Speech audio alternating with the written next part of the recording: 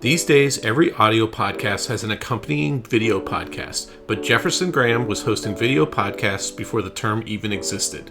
In 2006, he started co-hosting a show with another USA Today colleague who lived on the opposite coast from him, and they'd physically FedEx the tapes back and forth so they could be edited. Jefferson then went on to host several video series for USA Today, including one where he'd interview celebrities about their favorite tech. In 2021, after 20 years at USA Today, he decided to take a buyout so he could launch PhotowalksTV, a YouTube travel show where he'd visit different cities and instruct viewers on the best spots to take photos. In 2024, he signed a deal with Scripps News to broadcast the show on its FAST channels, and now new episodes air every Sunday at 10 a.m. In a recent interview, Jefferson discussed what it was like to host a podcast when nobody knew what a podcast was, why he took the buyout from USA Today, and how he generates multiple revenue streams through his YouTube channel. Hello, I'm Simon Owens, and this is The Business of Content, the show about how publishers create, distribute, and monetize their digital content. If you want to listen to an audio version of this show, subscribe to The Business of Content wherever you get your podcasts. Okay, let's jump into the interview. Hey, Jefferson, thanks for joining us. Thanks for having me.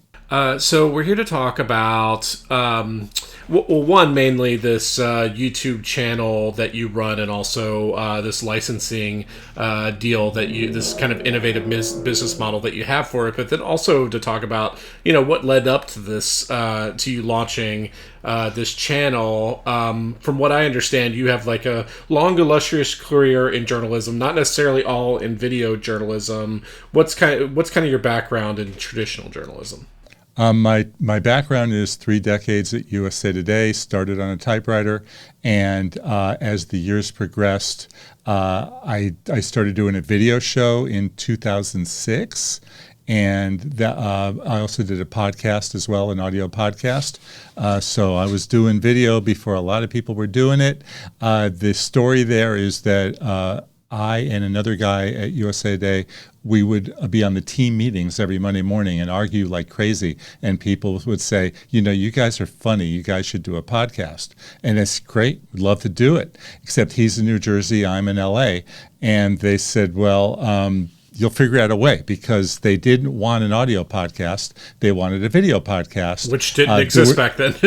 Right. There were no tools like Streamcast or StreamYard, Squadcast, that we could use. So Ed would tape himself in front of his video camera. I would tape myself in front of my video camera, and we'd have the phone speaker going so that we could prompt ourselves. Then he would FedEx me the tape. Then I would edit it together, and that's how we did our show.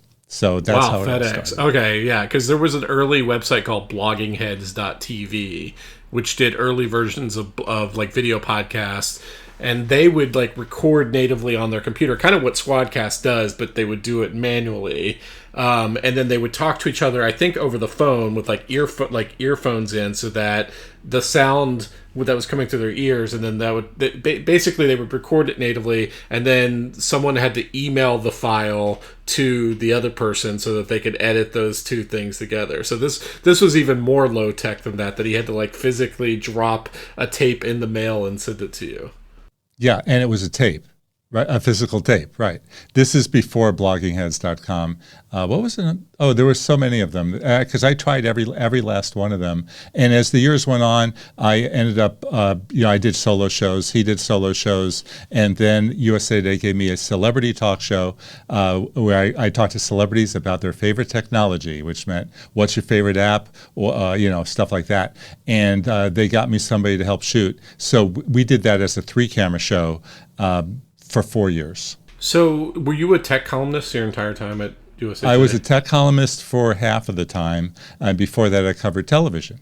So cover just like what, like the industry? I was what the ratings were last night. Jimmy Kimmel's coming back to ABC now. I obviously didn't do that story, but I would have been the guy doing that story. That was the first half of your career, and the second half. First half of the career was as a TV reporter. Yeah. So what was the? I mean, if you're starting a video podcast in 2007, there's obviously that was just such a different internet.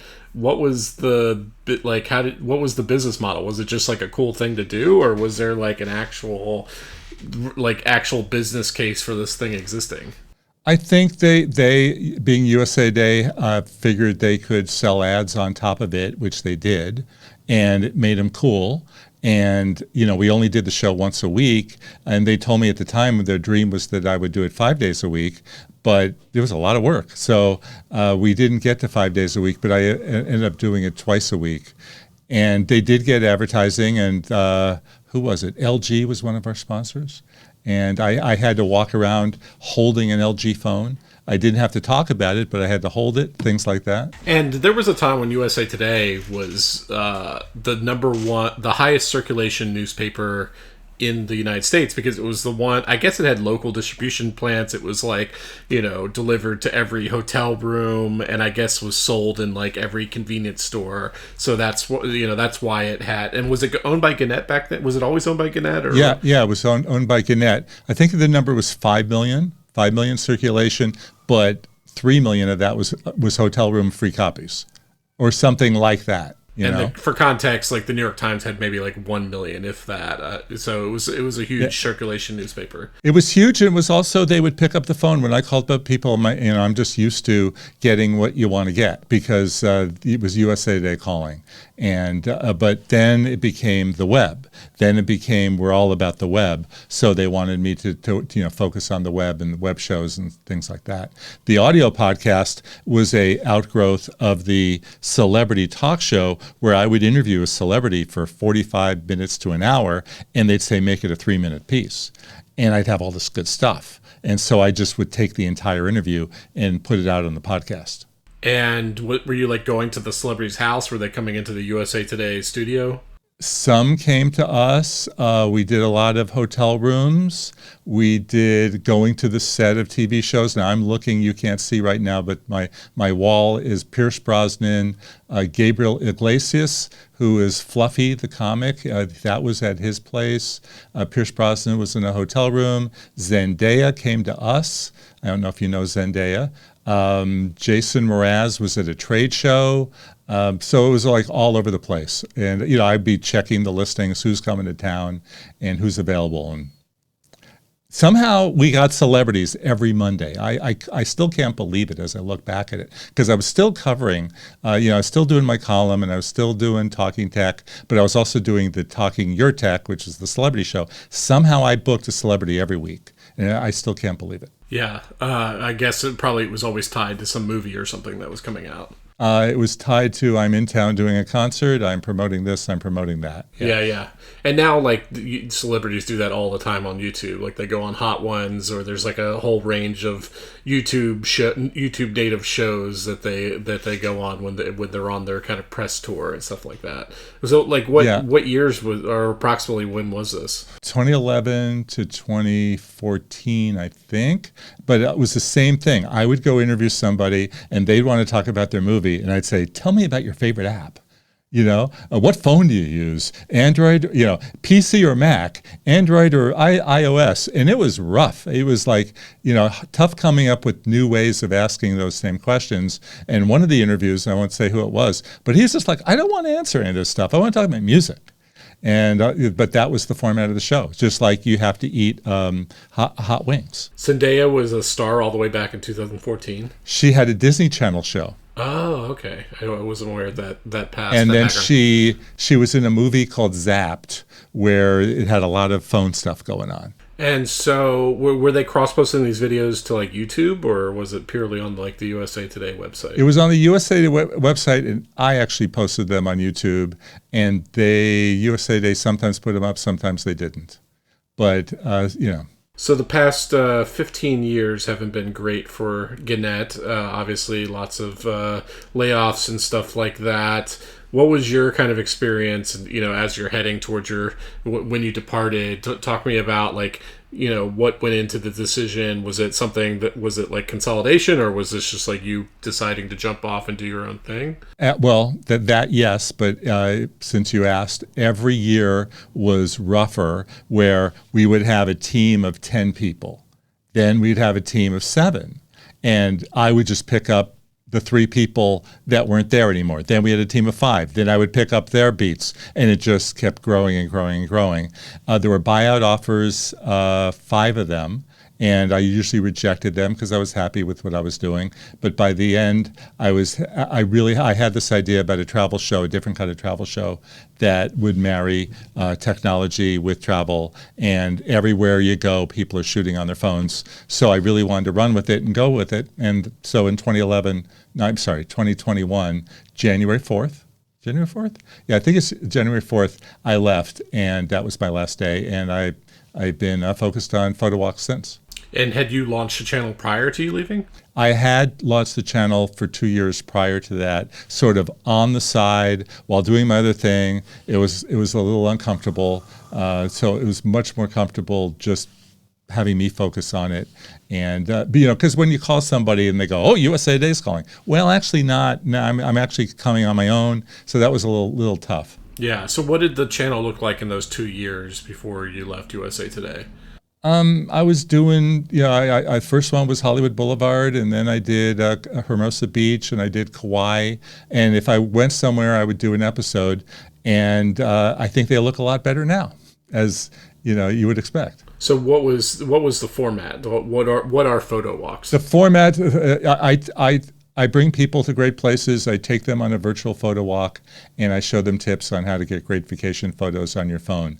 That hasn't changed. I point out the best photo spots in town so that when you get there, you're not you can hit the ground running. And it's it's almost like an old school TV, HGTV, where you're the host, like you're actually on camera. You kind of introduce yourself. And explain kind of the concept of the show, and then it kind of switches to a first-person point of view eventually, right? Yeah, and I do interviews, and I try to make the photography better every time. And I tell everybody that I'm shooting on the same phone that they have at home, an iPhone, and then I show them how I got some of the pictures. So if the city's like San Diego. You're actually going to San Diego, and you're like just shooting how do you kind of map out where you're going to go in San Diego and stuff like that? Okay, so first of all, I'm based in LA, so that's an easy drive. And what was the most recent one? I just finished Santa Barbara. So Santa Barbara, I get in touch with the tourism people. I say I'm coming to town. I'd like to talk to you about the places I can go and photograph that might be interesting, because a lot of times they know more than I do, and so I work on an itinerary with them. I ask them for tips on people I could interview, and then I just hit the ground running. So I don't know if you know Santa Barbara, but since I was last there, they've closed the main thoroughfare, which is State Street, to vehicle traffic. So I'm walking up and down State Street, and I'm photographing as much as I can. And then, did we go on a tour? Yeah. Oh, and then they told me about this self-guided tour called the Red Tile Walking Tour. So I did the self-guided tour, which was 17 stops, and just got shots of each place and did little stand-ups and talked about the area. And then I went on a food tour. And that's pretty much it. And that's going to run in a few weeks. So the show's not just about photography. It's a culture show, I guess. It's a travel show with a photography twist. Yeah. And are you giving people tips of how to, if it's some building you're taking a picture of, are you giving tips on how to take the pictures of the building? Like, what are you doing? Yes. What I never wanted to do which was a photo tutorial show. There's plenty of those.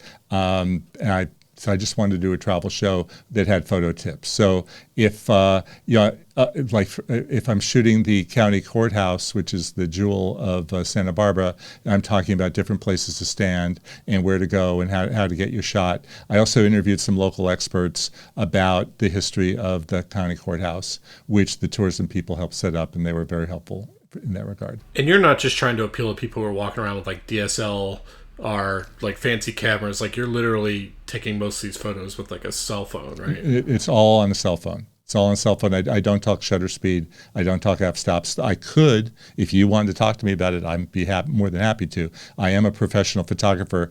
I've been doing events and portraits for over 20 years. So, and I use the big cameras for that, where if you have a paying client, they expect you to show up with a big camera, not with a cell phone. So is a lot of your audience like people who are traveling to these places specifically? It would be armchair travelers and photo enthusiasts. There's a lot of smartphone enthusiasts, a big crowd of that. And so they're watching it for tips. They're looking for places to go to photograph. And I think they're just enjoying it.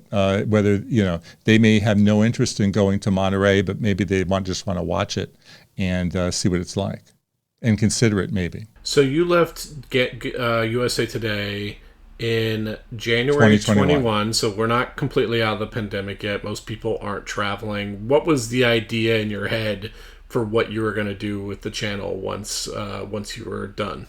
My dream was to get on TV. That's what I wanted. And that happened in September of 2024 with Scripps News. And they bought the show and said to expand it to 22 minutes, which is half hour, and in 3 different segments. So that meant recutting and re-editing. And before I could start doing I only did one. The first order was for 6 episodes, and I got to do one from scratch, and the other ones were recut ones because I was given 2 weeks' notice. And then the show did very well, and then they ended up renewing it for 30 episodes starting in the first week of January of 2025. So when you say I wanted to get on TV, how did the channel play in that? Was it going to be like your calling card? Like I'm going to build this brand, and then it's going to make it a stronger pitch for me when I go in to pitch these streamers or whatever that, like, look, I already have an audience. Like, why don't you just take what I'm doing and put it on TV? It was my dream was to get the show on TV. I called Pluto early and I said, let's do a PhotowalksTV channel. And they said, do you have 50 episodes? And can you do 4 new ones a month, a week or whatever? I don't remember what the exact number was. And I didn't have 50, I had 10 or something like that. So I was trying to build the library. And the fluke that happened, the Scripps story, is that I had a friend who worked there, and he actually had hired me to be a travel contributor, that I would go on the news and do travel stories. And so I did that for a year. And then I called him one day, and I said, Brian, can we do a show? And he said, oh, a show. Well, can you show me something? And I said, sure. And I sent him something. This was on a Friday. On Monday, he called and said, you're on in 2 weeks. So go for it. So very few people launch a YouTube channel, travel YouTube channel, hoping to get a TV show. They're thinking, I'll build up my own audience. I'll get sponsors. I'll get these travel boards to pay me to, travel to Istanbul or whatever, or a hotel chain or something like that. Did you didn't really consider that? Like you wanted to build like a direct to consumer business? Like you really wanted to have your show licensed? Why was that the goal instead of building your own kind of direct business? Well, I was building the YouTube as well, and yeah, sure. Part of the dream, the biggest dream, was getting a deal with a hotel chain, because 80% of the cost of doing a travel show is hotel rooms. And if I could just meet one of these hotels, I'd be in a much better shape, because I can produce the show, I can host the show, I can edit the show, I can play the music for the show, I can do everything for it, but it's the hotel rooms were just an absolute killer. So the fluke, I'm now sponsored by Best Western, which was a dream come true. And that happened when I saw another YouTuber for 4 weeks in a row, she's showing up in all these Best Western hotels. And I said, how did you pull that off? And then she told me, and then she passed on the name of the contact there, and I contacted him. And I said, this is what I'm doing, and I'd love to work with you guys. And they said, make us a pitch for Route 66. I said, fine, I'm happy to go to Route 66. I'd love to. So I did, and they sent me up and down from Chicago to LA in April, and they really liked what I did, and I'm on my 3rd campaign with them right now. So is the way that it works is they're your sponsor, and then you shoot your normal travel show, but you stay in a Best Western, and you kind of incorporate that somehow into the entire video. So it's like baked in content, basically. Yeah, I just happen to be standing in front of a Best Western, or I'm in the room talking to you. And but luckily there've been a lot of really nice ones. The Best Western is not generic. There are a lot of different ones. This one in Cincinnati, the entire town, it's a suburb of Cincinnati, is built around this Best Western. So it's really interesting. And by the way, I'll be in Alexandria, Virginia, at the Best Western coming up next month. That's near you, right? Yeah, it's right down the road from me. So 2021 you leave, 2024 is when you get the TV job. What was between those two dates, like in terms of the growth of the channel and how you were, like, was that Best Western sponsorship recently, or was it like... That was this year. Okay, so how were you monetizing in that period between 2021 and 2024? Monetizing, getting minimal money from YouTube. I did have other sponsors, so I a whole bunch of photo companies that you probably haven't heard of, SmugMug and Mileo and Black Magic. They were all sponsoring, so I was making money doing that, much more money than the YouTube money. And then I was working on my Substack, like you, and I was doing the Substack newsletter before I left USA Today. And I remember my editor said to me, "Are you going to miss doing what you're doing?" I said, "I'm going to be doing exactly what I'm doing on Substack." Same day, because I did a column every Saturday, I'll be doing a column every Saturday on Substack. And that has taken off nicely. I don't have 200,000 subscribers like the guy from Amazon, like you talked about in your most recent newsletter. I'm at 5,500, which is great for me. My problem is that it takes me 4 full days to edit an episode of Photo Walks. And then I'm also out shooting. And then I'm going to spend a day on the newsletter. It's really hard to focus on one or the other. If I could only focus on the newsletter, my numbers would be much higher. But I only have 7 days in a week. And so for the newsletter, it's just like a consumer tech column. It's not like the travel one. The newsletter is the intersection of photography and travel and technology. I'm still doing tech coverage on Saturdays because I know people really want that from me. It's all iPhone. I mean, iPhone, Galaxy, Pixel, it's mobile photography. So I do a mobile photography newsletter, and then I usually do a travel thing on Sundays. And do you monetize the newsletter directly? Yeah, I have paid subscribers. I don't have 200,000 paid subscribers. But again, I only have so much time. So I have said, if you'd like to support me, I would be more than happy to take your money. And if you like to support the newsletter, and so I have a big 77 subscribers. So that's which is great. Yeah, that's just a patronage model. It's not like you're sending out extra content or anything like that. Yeah, but my thing is, if I said to them, "I'll give you an extra post a week," well, they know I would do it anyway. If I said, "You could call me anytime you want," you could call me anytime you want. If I said I'll do a Zoom session with every one of those things that people do, I would do anyway. So that's kind of hard for me to. The only thing I came up with is a paywall on posts that are 2 weeks old. So for the YouTube channel, so you get the Scripps TV deal in 2024. What is Scripps TV? Scripps News. Well, I know Scripps News is a wire service. Yeah. No. It's a streaming channel. It's a streaming channel. It's. But there is a Scripps News service, right? Like there's an actual. I think there was in your youth. Oh, okay. But I don't think there is anymore. Okay. And they used to own the Miami Herald. At this point, they own 60 local TV stations, and they have the streaming service, and they've doubled down on streaming, and so they're available through all the usual places, Amazon and Apple and Roku. And then they have dedicated channels on Peacock and Pluto and Tubi. And then they have dedicated channels on smart TVs from LG and Sony and Vizio and TCL. Is it a fast channel or is it subscription? No, it's fast. That's fast. Okay, so they like to say they are the most widely distributed free streaming news channel. They're on more platforms than the CBS, NBC, and ABC ones. Yeah, so you could go to their app directly on like a Roku or through one of the fast apps like Tubi or something, or whatever Hulu or whatever, and when you're Not scrolling Hulu. or when you're scrolling through the live programming, like I can suddenly find myself watching a streamed live Jefferson Graham TV show, basically. Yeah. Yeah. Which is programmed like a TV network, and I'm on Sunday mornings at 10 a.m. Yeah, Eastern time. So you could watch it as it's being broadcast for the first time. Right. Yeah. And so how did that deal come about? So you said that you were being interviewed for some other programming, and then that's when you pitched the show to the guy. Right.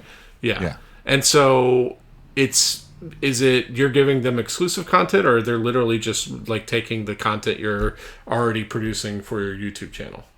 It's non-exclusive. What I do is premiere it on Scripps, and then I'll post it on YouTube a half hour later. Half hour later. Okay.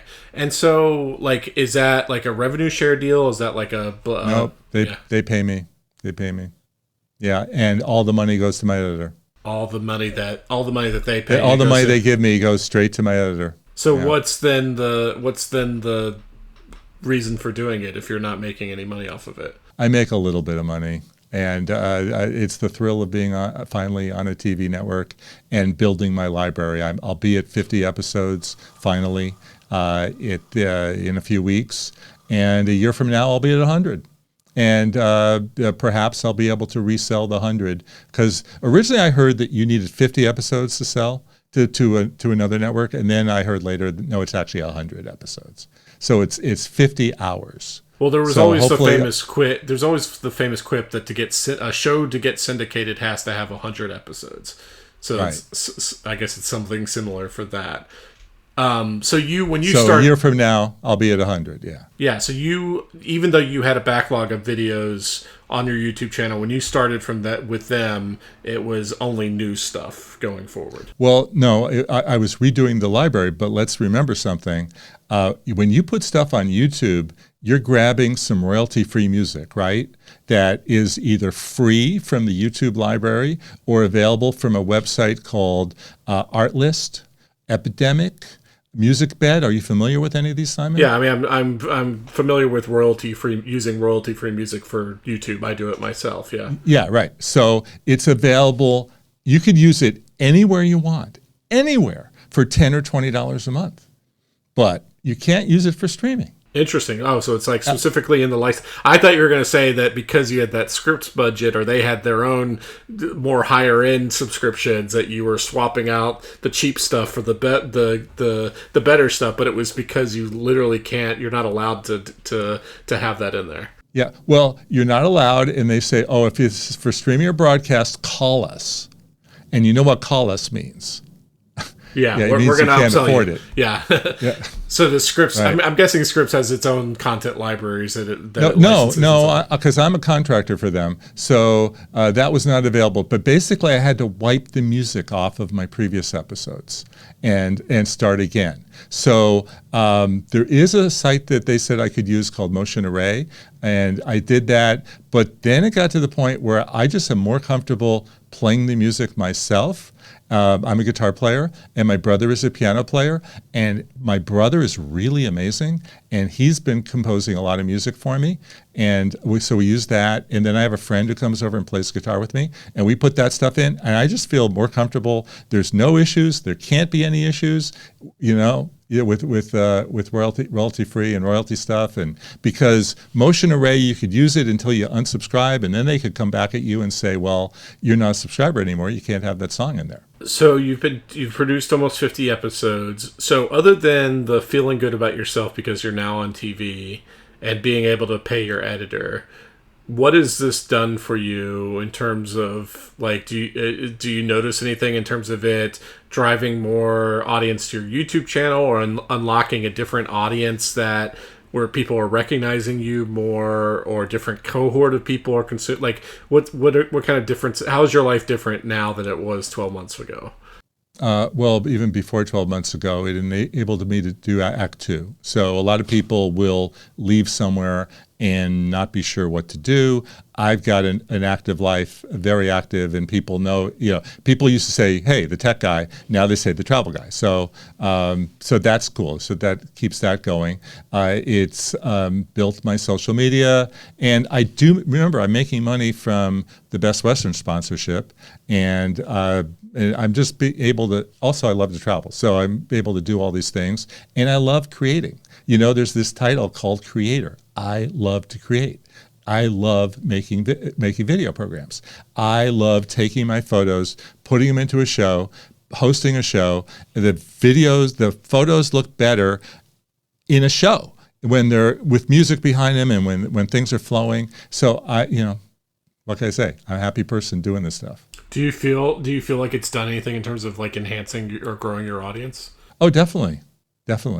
Every Sunday, fan mail day, because I hear from a lot of people when the new episodes come out. That's always fun.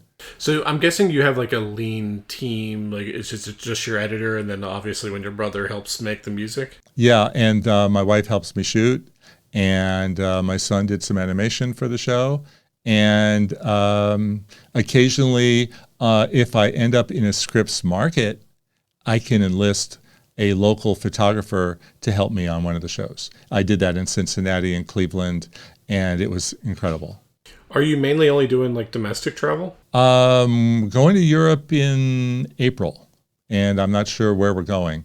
But as far as what's coming up, we have the big semi-quincentennial tour, which starts in October, and that's going to take me from Boston to Providence to Newport to Hartford, New Haven, New York City, Philadelphia, and DC. And that's a series of episodes that will begin in January, but I'm shooting them in October. Other than that Europe trip, have you done any past like foreign episodes? Yeah, Sicily, Barcelona, Seville, Paris, Portugal, done a whole bunch. And so in terms of like budgeting and stuff like that, how do you think about it? Is it that each video has to have a sponsor to like pay for the trip, or is it like you're setting like an actual, like obviously these are probably vacations for you too, but like how are you thinking about the budgeting for the show? Because obviously traveling can get really expensive very quickly. Yeah, well, the easiest ones are the drives. I could just jump in the car and drive somewhere. So I haven't budgeted out the Europe thing because the Europe will be a vacation that I'll be shooting at the same time. I have not connected with a tourism board that would help with any promotional assistance overseas. I've written to some of them. They haven't written back. And but some of the domestic ones have written back. And then there's trade shows that I go to and you meet them and you'll either connect or you won't. So I worked with the tourism boards in New Orleans and Galveston, and they flew me in and put me up, and that really helped. Yeah, so these tourism boards, for people who don't know, are some of the biggest spenders in terms of travel content because they, I think there's, I'm guessing that I don't know if they're paid by the local government or are they paid by the local businesses, almost like a chamber of commerce type thing. But anyway, they have money to spend to try to get people to travel to their cities, because obviously those people then spend a lot of money in those cities, and so they'll actually sponsor a lot of travel creators like yourself. And there's a lot of travel creators who charge to go places and to do Instagram posts. And see, I don't do that. If you will host me and get the show made, I'm very happy. If we could just go, because I've got the Best Western sponsorship, or I could have another sponsorship, and Scripps is paying, and I take a little piece, and it all works out. Do you create short form video content? I do, not as much as I should, because again, getting a half-hour show done every week is a bear. But I should be doing a lot more, and if I had a bigger budget, I would probably be paying someone to cut shorts, or to remind me when I'm out on the road that I have to shoot a vertical version of a bunch of things, which I always forget to do. So you got the newsletter, you got the YouTube channel. It's a very lean operation. When you kind of look ahead a few years from now, where do you think this is going? Like you still got, I think you have like 30 or 40,000 subscribers on YouTube. So there's obviously a lot of room for growth there. Newsletter, you said you have like 5 to 8,000 or something like that. What do you, if you were to double, triple, quadruple your audience, what do you think you could do, a few years from now that you're not doing now? Hire a dedicated person to shoot with me, which would be incredible. That would be my dream. And the trick is, how do we then get from place to place to place to place? But that, Somebody Feeds Phil, which is on Netflix. Somebody Feed Phil. Yeah, that's the name of the show. He's got 13 people. And then Samantha Brown, I believe, who's on PBS, I think she has 9. I'd like to have one. One dedicated person. I'd like to have a person with a yellow clipboard reminding me to where I'm going next. Because, it's a lot. And so, is it like right now, whenever you're on camera, you're just setting up a tripod or having your wife or somebody like film you, basically? Yeah. I do the tripod. There's a lot of people will do this shot, and they're talking into the phone, and the arm is sticking out, and it looks stupid, and my nose is big. I like a good tripod. I like setting up the shot, and I just think it looks a whole lot better. So that's what I'm doing. And then, when my wife helps out, she'll shoot with a selfie stick and add a little movement, do some panning shots. Those are always nice. So obviously we have this thing called the creator economy. A lot of the people who operate in the creator economy were kind of people who are native to it, who, started on YouTube. But there were also a lot of people like yourself who worked in traditional media for a number of years and built up a journalistic skill set and, took that with them when they left their traditional media jobs. When you're looking ahead like 5 to 10 years for the entire, especially traditional media, like, do you think that pipeline is going to be becoming a lot more fluid, where it's going to become, incredibly common for journalists to leave their jobs and start their own things, whether it's a solo thing or teaming up with other journalists and launching a new independent publication, and then maybe people who started on the independent side being absorbed back into traditional media? Like, where do you kind of see this divide between traditional media and creator economy going? Well, I mean, the great news is that anybody who loses their job can pick it back up tomorrow. And if they're willing to work really hard, that's now. Now, there has to be subscriber fatigue with so many people and being hit up to pay. And I know that I get too many newsletters that say, let me tell you what happened. And they just sort of stop and they say, upgrade to paid if you want to read more. And I try not to read them anymore because I just can't take it. But I am happy to support people that I love and that I really like to read. But you can only do so many. I don't know how big this Substack world and the newsletter world and leave your job and develop, create an audience can really go. But I don't know. I think, I'll be really interested to see what happens with Stephen Colbert. Does he go to Netflix? Does he go to HBO? Or does he do a Substack? Because apparently Jim Acosta is doing great. And some of the other people that are doing video-centric stuff are doing great. Would I pay Stephen Colbert $5 a month to watch him? Sure. But I don't know how high it can go. Yeah, I mean, I think like a lot of the big stars will launch their own solo things, but like I think we're also going to see a lot of like journalists teaming up, like recognizing by them because of the subscription fatigue by themselves, they're not going to be able to offer enough content to reach that kind of critical mass. But if they're teaming up with like 5, 6, 7 other journalists, then that becomes a lot easier selling point in terms of getting somebody to, pay to subscribe or something like that. Yeah, I mean, they could start their own publication. So, Santa Barbara, where I was just at, they had a newspaper for 100 plus years, went out of business. And some smart person's got to start a SantaBarbara.com, website, blog, and serve the community. Because I think there's a big hunger for local news. You just have to convince people to pay for it. But, wherever we live, we want to know what's going on. Okay, Jefferson, those are all the questions I have for you. Where can people find you online? PhotowalksTV.com is my website. My photo gallery site is at jeffersongraham.net, and the newsletter is at jeffersongraham.com. How's that?